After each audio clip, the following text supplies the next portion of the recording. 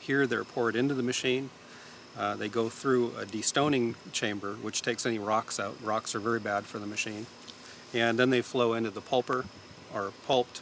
The pulp is discarded into a composting pile to be returned to the field. Okay. And then the beans come out of the machine ready to dry. Wonderful. And once the hull comes off, then what happens? This machine is quite different in the reason that it is kind of state-of-the-art. Coffee is a very large industry in the world. It's the second most widely traded commodity in the world behind oil. So in many countries, coffee is a big business. And the wastewater from coffee processing traditionally has been very toxic, and that is associated with the fermentation process. The bean has a fruit on it, and the fruit needs to be removed. And that's done by fermenting it off, converting the sugars. The wastewater from that contaminates river systems in South America and so forth, and it's not a good process. This machine eliminates that entire process. So after the pulp is removed, the beans are stirred in what's called a demucilager, and the fruit is taken off mechanically. Okay. And the wastewater, the foam that comes out from the fruit is actually a product that people buy and use. So it eliminates all of the contamination from the coffee industry. Oh, interesting. And so then you use the pulp, the leftover pulp, for compost? Yes, it's too hot to put right back on the field immediately. It's very rich. So we compost it for about 1 year and then respread it on the trees. Oh, okay. So Okay. you're reusing pretty much everything from the farm. You get your fertilizer back, and that's a big bill. That's wonderful. So good coffee, like fine wine, just can't be rushed, right? That's true. For our coffee, we age it about 1 year before we roast it. And what that does is coffee has a quality called brightness. It's also called acidity. And with aging in a warehouse such as we have here, of humidity controlled, temperature controlled, that brightness mellows into a very, very smooth cup of coffee after about 6 to 8 months. Now, I understand the technology for drying these beans was developed by NASA. That's right. Traditionally, coffee was dried in the sun. And that is not such a good method. It leaves it open to mildews, and if you get inclement weather, the beans are not going to dry well. So most of the world's fine coffees are dried today with either diesel fuel or propane. And essentially that just means hot air is blown through the beans, and if you get flavor contamination from diesel, then that's an unfortunate addition to your cup of coffee. What we've done here is borrow some technology from the Space Shuttle program to dry our coffee.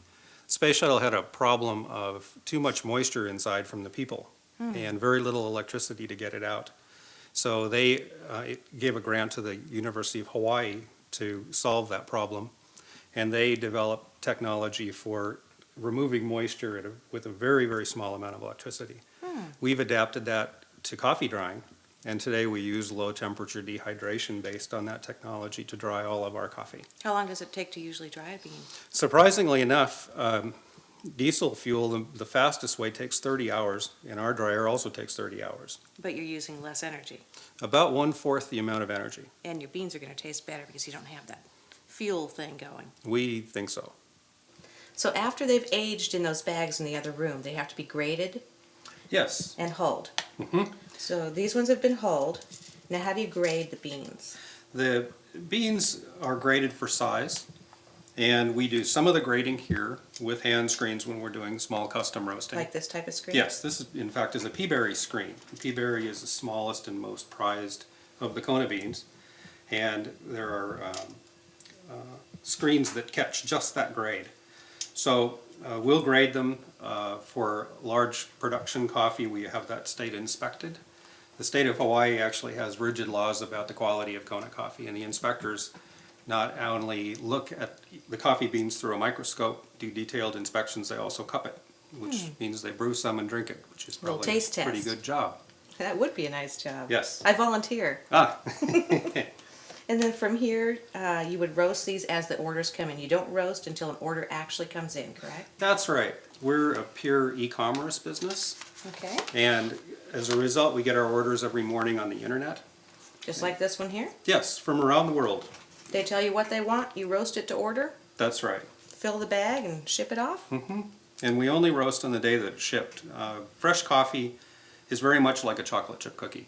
It's wonderful when it's roasted and consumed within a day or two of making, but after it sits on the shelf for a while, it loses a lot of its quality. So, Now, tell me about that hole when it comes to quality. oh, that's called a fresco valve, and that allows air to get out because when we roast the coffee, a lot of gas comes out of the fresh roasted bean, so it needs to escape the bag. But you don't want air to get in because the oxygen will ruin the coffee. So the first thing you do when you get your bag of coffee in the mail is you go, That's right. That's a little smells bonus. so good.